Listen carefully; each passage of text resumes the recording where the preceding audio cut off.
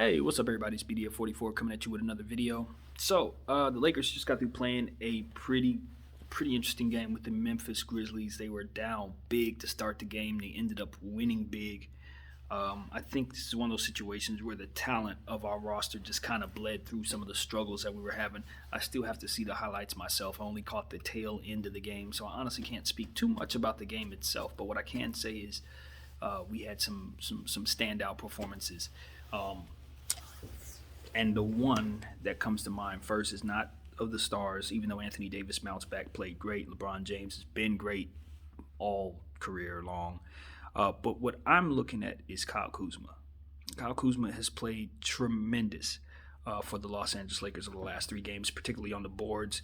He's had 2 10-rebound games, 1 9-rebound game, and he's scored in double digits.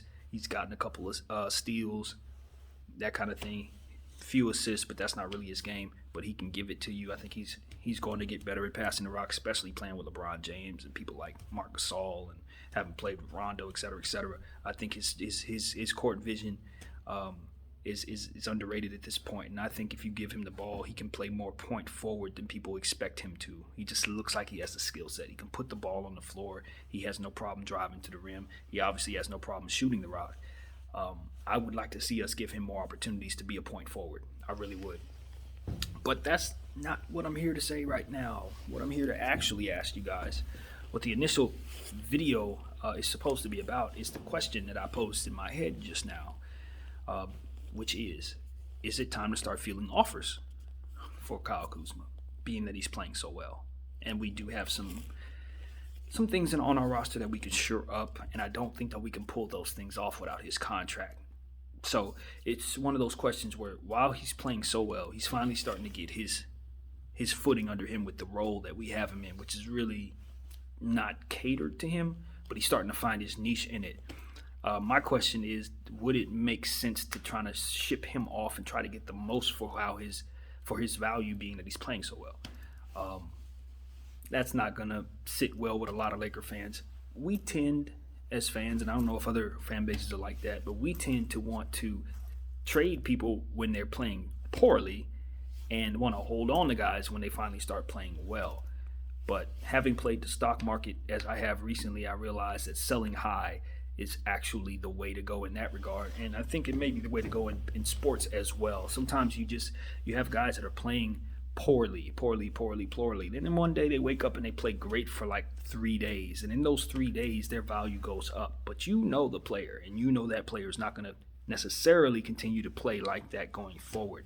And there's going to be times where you're going to be like, man, I would love to trade this guy, because we've said it 106 times over his tenure as being a Laker. We would love to trade this guy and bring something in that will help the team. So are we now saying, oh, he's playing well, so let's change our minds? Which is logical, but I don't think it takes away from the fact that you still can fill a need with his contract being so friendly and him playing so well at this particular moment.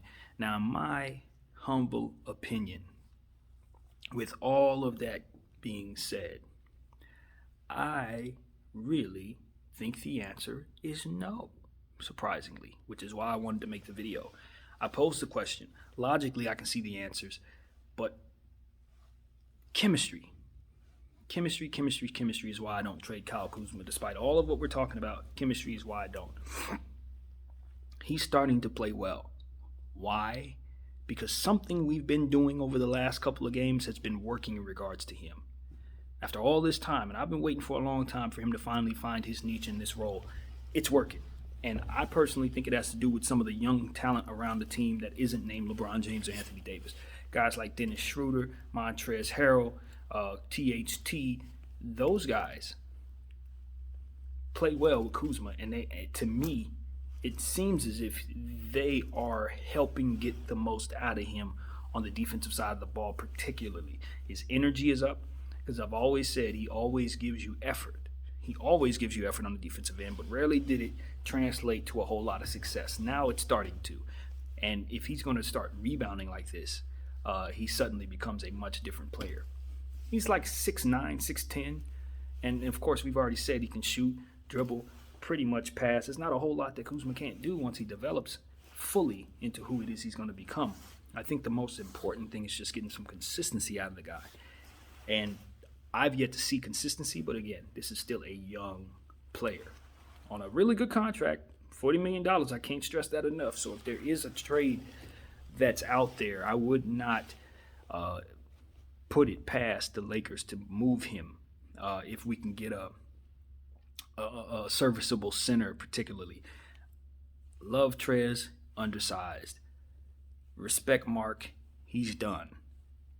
Although I do like some of the passes he does out there, his passing is contagious, and I would like to see him stay with the roster and get his second ring. It's not like I want to kick him off the team, but I just don't want him in such a prominent role. And I think Kuzma's contract is a contract that can get you a guy, somebody you want on your team. Some center somewhere can be acquired with Kuzma's contract and maybe adding someone else of some sort. We might be able to get an Andre Drummond. We might be able to get one of those centers out of Cleveland. There's a center somewhere, you know. And I think that's the move. I think the Lakers need to consider getting a center who can be big, not undersized, someone who may be able to stretch the floor, because we like that dynamic that Mark brings, but somebody who's going to be much more effective banging and playing defense at this stage in his career. Those skill sets are not easy to find, and if you do find them, you're probably going to overpay for them. So if you don't find the right deal, you certainly don't pull the trigger just to be doing something. However, I do not want Anthony Davis to feel like he has to play center at any given moment. We know he hates that, and I think it's very important that we keep him happy and keep him fresh and make it so that he doesn't have to continue banging with people that are his size or bigger. I just don't think that helps him. It doesn't help us. So that's what I wanted to say. Ultimately, do I trade Kyle Kuzma? Not if I don't find a deal that blows me away. That's what it comes out to. Even though he's playing well and he's played his value up over the last several games, I look at him and I say, well, that's an NBA champion now. You know, that's going to count for something too. When you put him in a deal, you're not just trading Kyle Kuzma. You're trading Kyle Kuzma, the NBA champion. You know what I mean? So it's like, that's going to cost. And it might work in our favor if we did decide to move him. In theory, leverage maybe not even work that way, but I think it should. So who knows, man? Whatever our GM, Rob Pelinka, the best GM in the league, comes up with, I'm pretty sure it's going to be fantastic. He's proven that he's good at this. So we just got to be patient. I expect us to be active at the trade deadline. But I'm hopeful that we don't just do something to be doing something. You know what I mean? Let it be a move that's going to make us better and a move that's not going to cost us too much.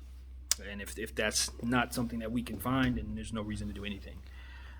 So that's what I got to say, man. My name is BDF44. Thank you guys for watching. I'm out.